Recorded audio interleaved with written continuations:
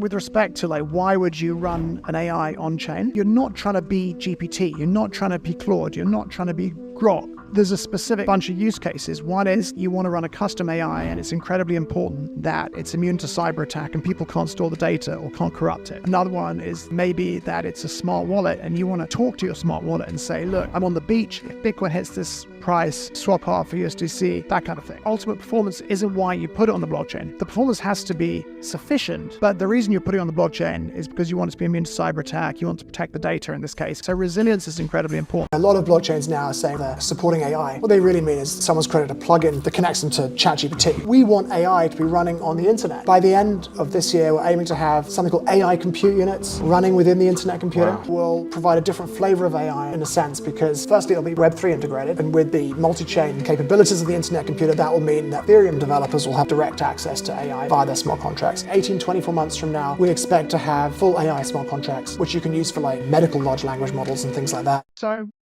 we're very bullish about, blockchain and AI, but we think the magic combination is when you run the AI on the blockchain, because then you start getting these features and capabilities that you can't get on centralized clouds. So we think that's where blockchain adds value.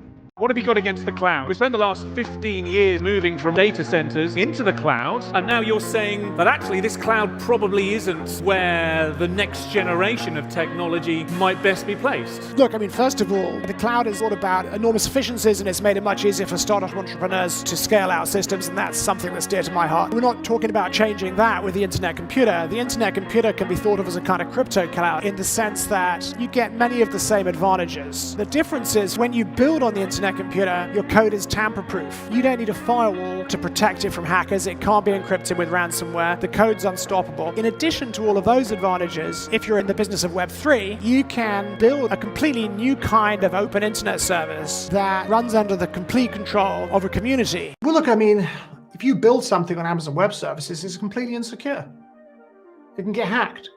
The developers maintaining it, even if you don't get hacked, the developers maintaining it can go crazy, or they can go on holiday and the credit card can expire, because you obviously pay for your Amazon Web Services account with a credit card. You go on holiday, you come back, and everything's gone. The data's been deleted, right? Because your credit. There are two different roles that ICP plays with respect to AI. In the first role, it will run AI in the mode of smart contracts. Smart contracts have all of these benefits. You're interacting with them. The prompt isn't messed with, the response isn't messed with, and you know that it can't be hacked. So there are a lot of applications where AI needs to be secure. For example, imagine that you want to create a secure smart wallet that you can give trading instructions to. So you want to be able to speak to your wallet and say, hey, if Bitcoin hits 100,000, sell half my Bitcoin holdings for ICP or something like that. You need to know that the smart wallet, which uses a large language model, isn't going to get hacked, because if it gets hacked, you're going to lose your crypto. The second role is that ICP provides a platform that AI can build on, and that's a new emerging use case. Originally, the vision was almost to try and create a new version of Ethereum. What we wanted to do required a different path. So Divinity became its own project. It took many years of R&D to launch the internet computer. Now we're trying to help the broader crypto community implement this original world computer vision, where almost every system and service you can imagine will run